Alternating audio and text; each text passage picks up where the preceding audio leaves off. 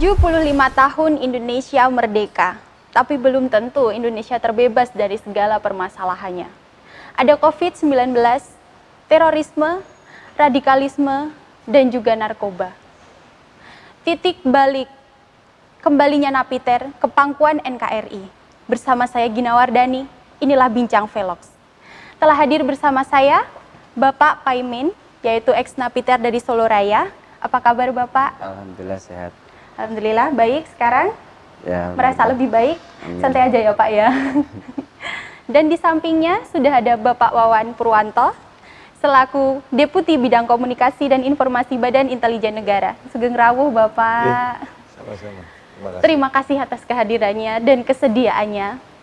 Baik, pagi ini kita akan berbincang-bincang mengenai kembalinya ex-Napiter ke pangkuan NKRI. Tapi sebelumnya saya ingin tahu dulu nih, pertanyaan pertama kepada Bapak Paimin. Saya sangat penasaran bagaimana dulu Bapak Paimin bisa terpapar dengan paham radikalisme. Begitu Bapak. Awal mulanya saya di Masjid Al-Hidayah itu adalah satu buah kelompok jamaah Mbak di situ.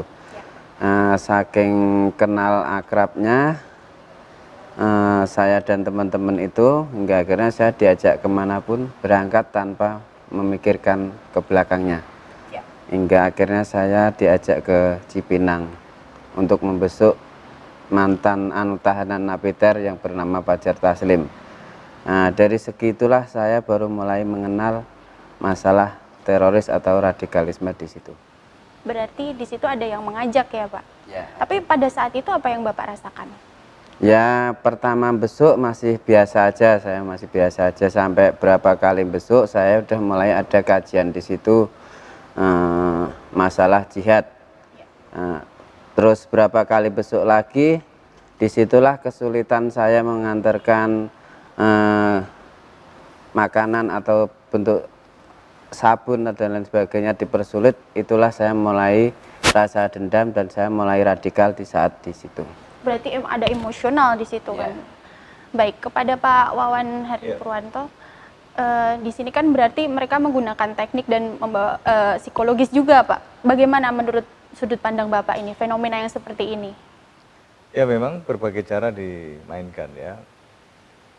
Pertama kan tentu pengenalan, kemudian kalau tadinya diajak untuk ketemu kan paling tidak kalau ketemu ada interaksi, ada cerita, ada ajakan. Karena ada konsepsi pertemanan dekat, akhirnya muncul trust, muncul kepercayaan, muncul simpati, muncul empati. Nah, selanjutnya diajak untuk partisipasi. Nah, kalau sudah demikian ini bisa digoreng ya di sana sini dan setelah mulai kesentuh hatinya gitu ya, lantas bisa diajak apa saja, disuruh apa saja. Karena ini kan konsepsi brainwash, jadi cuci otak. Kalau tadi terus akhirnya nganter makanan aja susah, nganter sabun atau susah melihat itu, akhirnya yang muncul apa? Kesal. Karena apa? Tadi ya rasa simpati dan empati tadi tumbuh kepada teman ya Pak ya, yang di dalam sehingga akhirnya setelah ini dipersulit yang muncul tadi ya dibilang dendam tadi. Oleh karenanya kita perlu berpikir jernih, ada apa di balik ini? Mengapa seseorang sampai dijatuhi pidana? Karena ini kan sanksi yang tentu saja sanksi yang berdasarkan suatu BAP panjang, keterlibatan seseorang karena ini menyangkut nasib, apalagi menyangkut ideologi, itu berat risikonya. Kalau tidak jeli di dalam melihat, yang muncul adalah kekeliruan menghukum orang. Padahal dalam konsepsi hukum itu lebih baik melepaskan orang bersalah daripada menghukum orang yang tidak bersalah. Maka itu perlu detail. Oleh karenanya dengan kejadian mengajak Pak Paimin itu masuk dan ternyata terpatik rasa dendam, kesal kan tidak bisa. Inilah yang dimainkan sisi estom, emosi, sikap, motivasi, tingkah laku, ya. Dan ini semua lantas diajak. Oleh karenanya saudara-saudara yang lain kita perlu waspada kalau ada upaya menggiring seperti itu.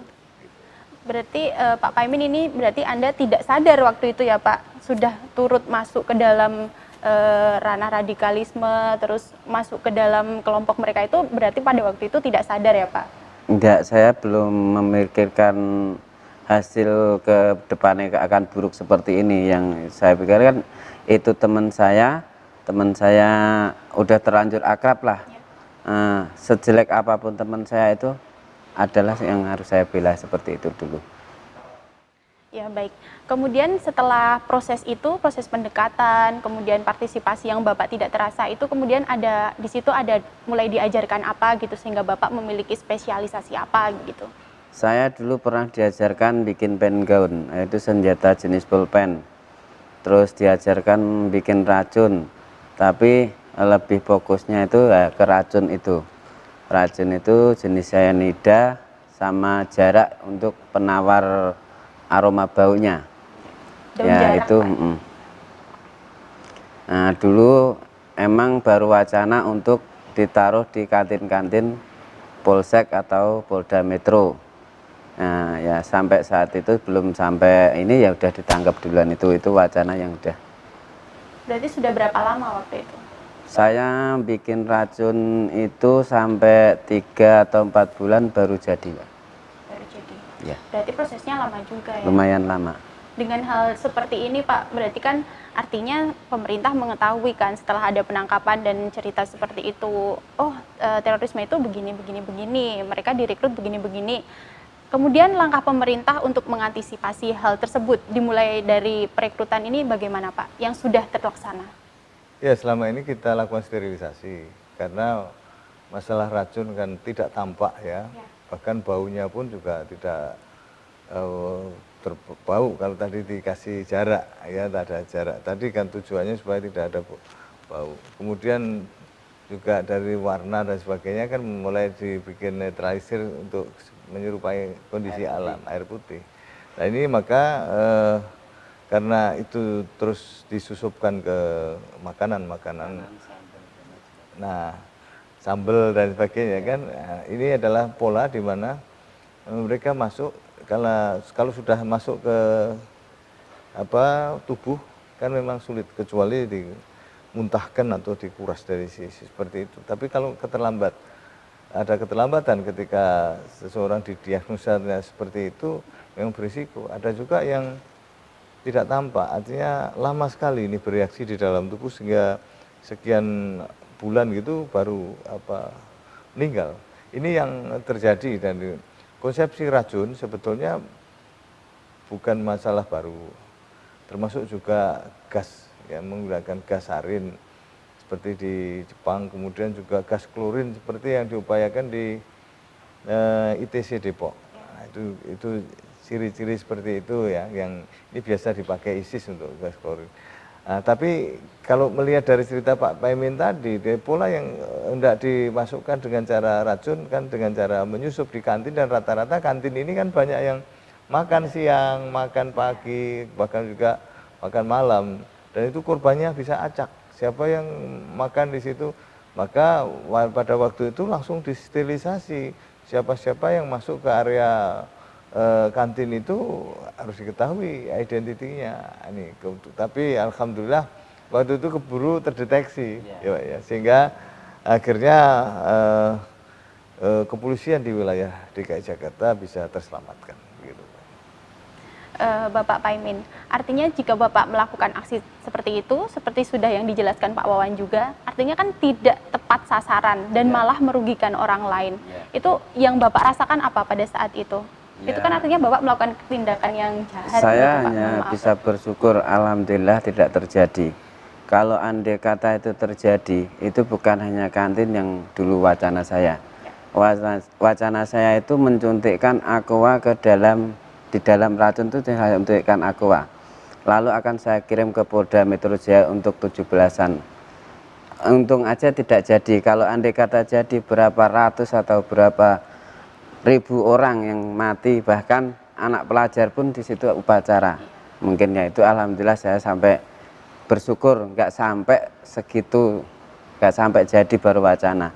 Bahkan racun yang saya buat ini untuk tikus itu aja hanya ibarat 1 jam. Kalau tikus itu harusnya tahan lama dari tubuh manusia.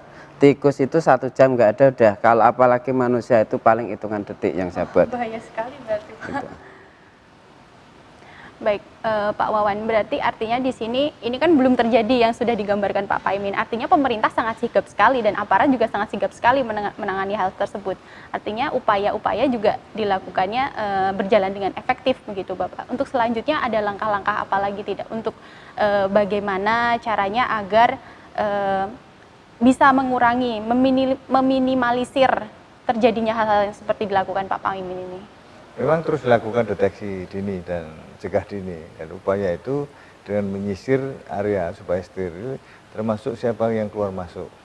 Kemudian juga sterilisasi pegawai di kantin itu yang setiap hari mengirim masuk pakan atau bahan baku makanan, dan juga minuman, serta juga ketika itu selesai siapa yang tugas pembersihan terakhir. Karena pembersihan terakhir ini tentu juga bertanggung jawab terhadap kejanggalan-kejanggalan yang ada gitu ya, antisipasi itu. Kemudian juga di sisi air bersih, dari artinya untuk cuci, untuk bersih-bersih di sekitar situ, itu juga harus steril. Dan ini semua menjadi salah satu protap, apalagi pada waktu itu muncul ketegangan-ketegangan di tengah masyarakat, khususnya aparat keamanan, karena aparat keamanan dari target utama Pak Paimin ya.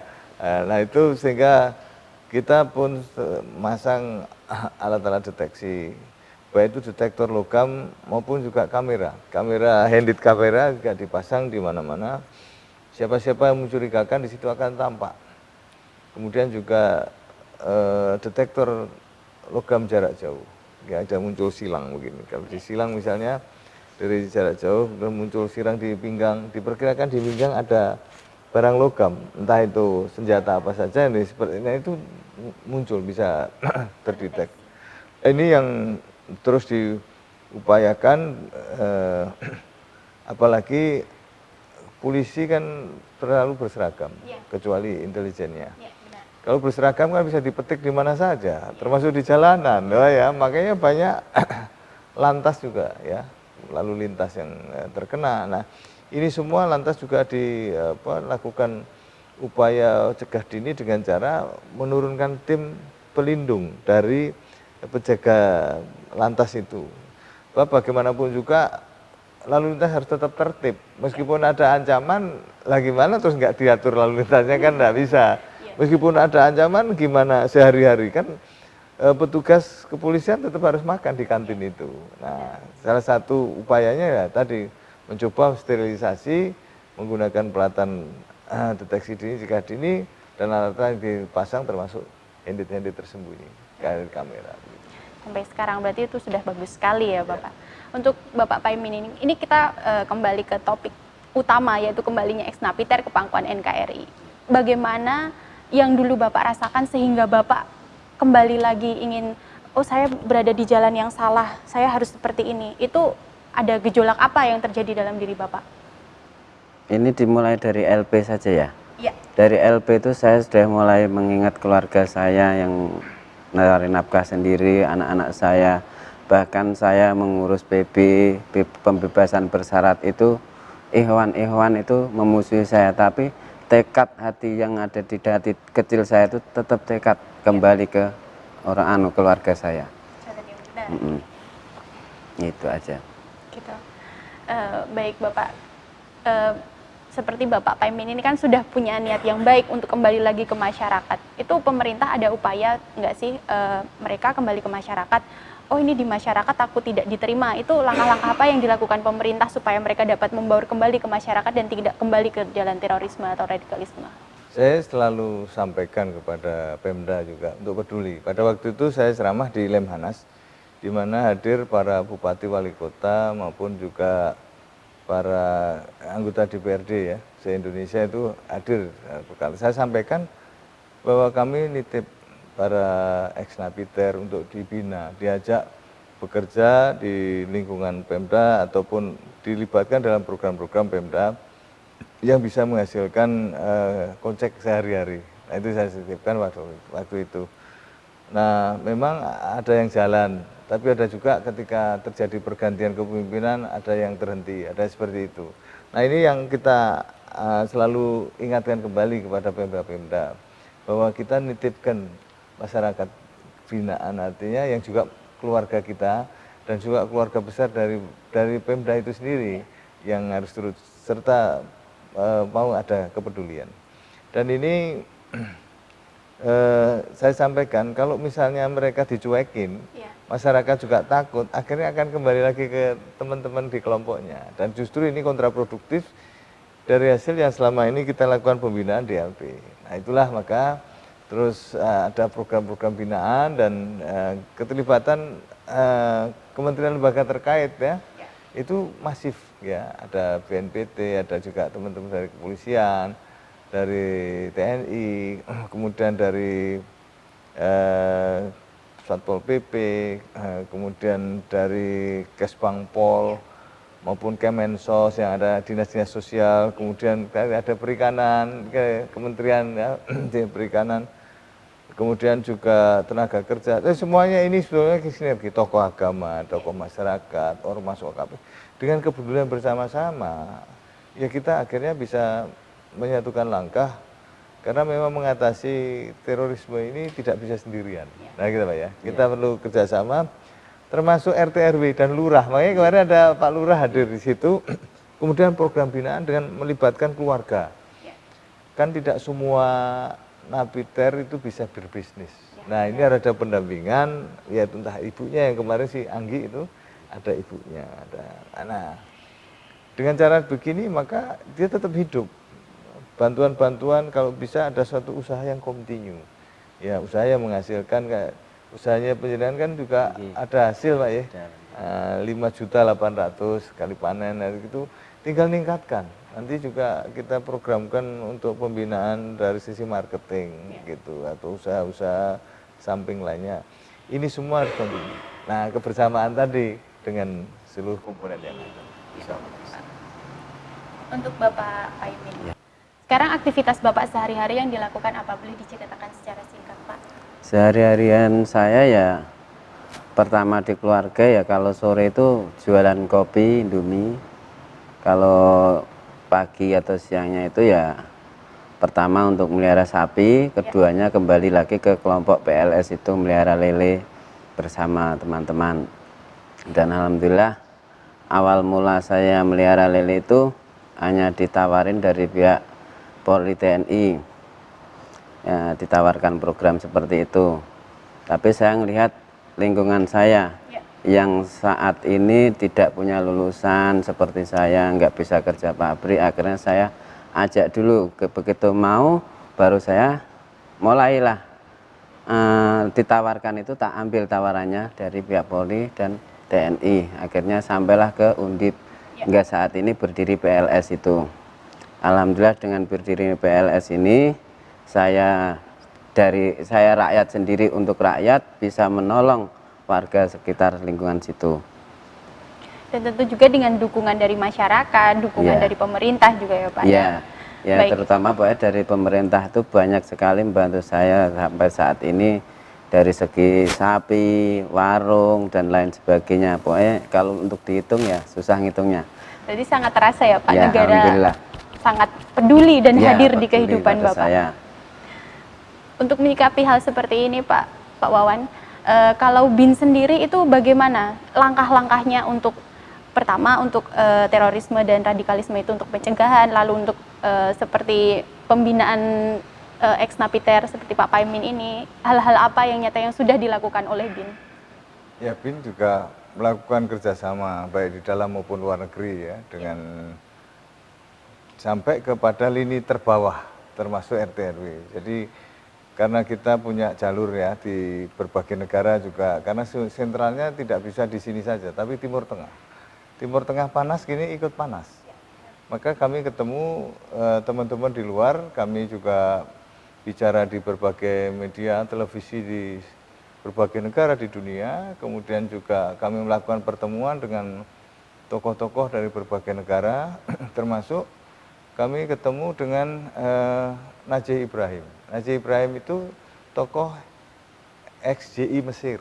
Nah, yang dulu terlibat dalam pembunuhan Anwar Sadat ya, tapi sudah kembali juga untuk menjadi mencintai negerinya gitu. Nah itu kita datangkan. Kemudian tokoh-tokoh dari Yaman, kita sejumlah profesor maupun juga para pakar kita ketemu dan datang. Kemudian juga dari Lebanon, kemudian dari Irak, dari Suriah sendiri, kemudian juga dari Sudan, dari Maroko, banyak negara Muslim. Bahkan kami juga jadi pembicara waktu ada pertemuan negara-negara Muslim sedunia.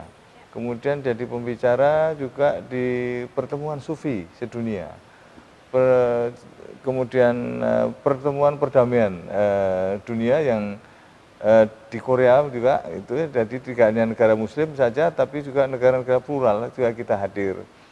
Pertemuan di Jakarta juga kami hadir untuk bagaimana sih mensiasati ini supaya Timur Tengah juga terkendali.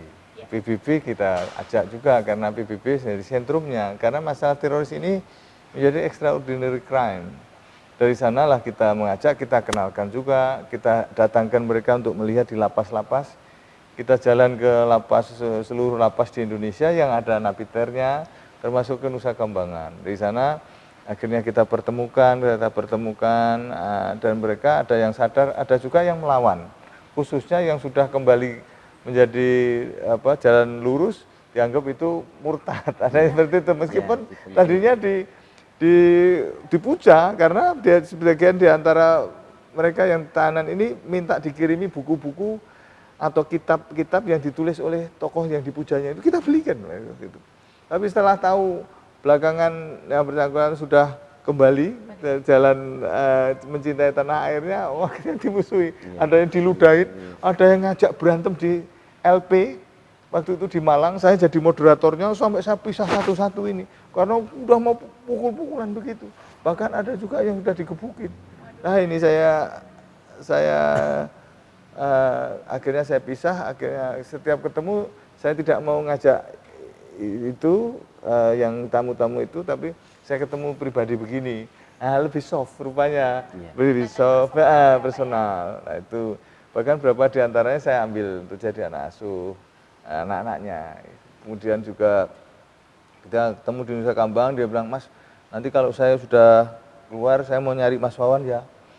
Untuk apa? Ya nanti bisa dimodalin lah, saya pengen jualan kebab dan seperti itu. Temui saya, ini nomor telepon saya. Udah kita saudara, udah enggak usah apa-apa. Saya tidak menganggap kamu bagaimana, enggak. Saya peluk dia, saya peluk. Akhirnya dia merasa juga dekat. Pak Paimin juga kita peluk ya, sama itu. Artinya tidak ada kesalahan itu yang terus-menerus. Ketika dia sudah bertobat, mohon ampun, kembali, ya kita juga harus legowo gitu ya. Legowo itu beri kesempatan, tidak apa-apa. Memang kadang-kadang kita punya anak di rumah juga ada yang bandel, ya dijewer, balik lagi, bandel lagi dijewer. Tapi intinya adalah kita mendidik. Mendidik itu memanusiakan untuk supaya kembali ke Ibu Pertiwi, supaya enggak, kalau lupa jalan pasti tersesat. Nah, kan begitu. Demikian. Baik. Untuk hal tersebut Pak Wawan, berarti ada tidak pesan yang ingin disampaikan kepada masyarakat agar masyarakat tidak perlu takut jika ada seperti Bapak Paimin ini kembali lagi ke kehidupan masyarakat? Selama yang saya teliti, yang masyarakat mau dekat dan merangkul, dia tidak kembali ke kelompoknya. Karena dia menjadi sibuk. Nah, kesibukan ini penting karena apa? Akhirnya tidak lagi mikir ke sana. Lagi mau diajak ke sana, gua lagi sibuk. Lagi bikin benih lele, ini lagi pemasaran ke sana masuk, ini mau panen. Nggak sempat mikir begitu. Nah, bagi yang diem karena dicuekin oleh tetangganya, sekitarnya, akhirnya loh saya di sini udah nggak ada yang ngopenin, begitu ada yang nawari temannya lagi, kamu di situ ngapain, di sini aja saya lah, itu akhirnya terbawa lagi. Lah inilah, maka perlu keterlibatan Pemda misalnya seperti ya, kemudian dinas-dinas terkait, ormas OKP, dengan mendekati itu akhirnya saudara kita diberikan otak ini yang terlalu berpikir, selalu menjadi cerdas, sehingga kita ada pengaruh-pengaruh, apalagi masalah perut, tidak bisa nunggu, ya kan, kita tidak bisa menunggu, dampaknya bisa langsung. Dan selanjutnya apalagi keyakinannya makin bulat ketika ada yang dekati itu, dampaknya kembali lagi berontak. Nah, ini yang terus kita upayakan, makanya kita Akhirnya gandeng semua elemen dan akhirnya alhamdulillah dari teman-teman saudara-saudara kita binaan ini bisa balik dan sampai sekarang ya kehidupannya kehidupan normal, bahkan sangat dekat dengan warga. Terbukti Pak Lurah juga begitu, RT RW-nya juga mau peduli begitu. Baik. Terakhir ini untuk Bapak Paimin. Kalau ada pesan mungkin bisa disampaikan kepada ex-napiter yang lain atau mungkin kepada orang yang saat ini masih terpapar radikalisme tapi ingin kembali ke masyarakat tapi masih ragu gitu. Mungkin ada yang disampaikan Bapak bagaimana disupport bagaimana gitu. Ini dari pengalaman saya dulu aja ya. Ya. Pengalaman dulu begitu saya keluar itu disambut oleh masyarakat sekitar. Bahkan sampai dibikinkan rumah oleh masyarakat. Nah, dari segi itu saya berpesan untuk masyarakat sekitarnya yang mempunyai warga teroris atau pemerintah atau TNI Polri, itu mantan teroris yang keluar jangan dijauhi, harus didekati supaya itu cepat kembali ke masyarakatnya. Kalau mereka dijauhi, nanti seolah-olah mereka akan terasingkan kembali lagi ke kelompok yang radikal lagi. Itu harapan saya. Jangan ditakuti, kalau bisa malah dideketin supaya kembali ke masyarakat. Baik Pak Wawan dan Pak Paimin, terima kasih bincang-bincangnya dan pengetahuannya. Semoga dapat berguna bagi nanti pemirsa dan juga seluruh masyarakat Indonesia dan juga saya. Pemirsa, semua orang berhak mendapatkan kesempatan kedua. Jika ada orang jahat yang menjadi baik, tidak ada salahnya dan harus kita rangkul bersama. Saya Gina Wardani, terima kasih, sampai jumpa.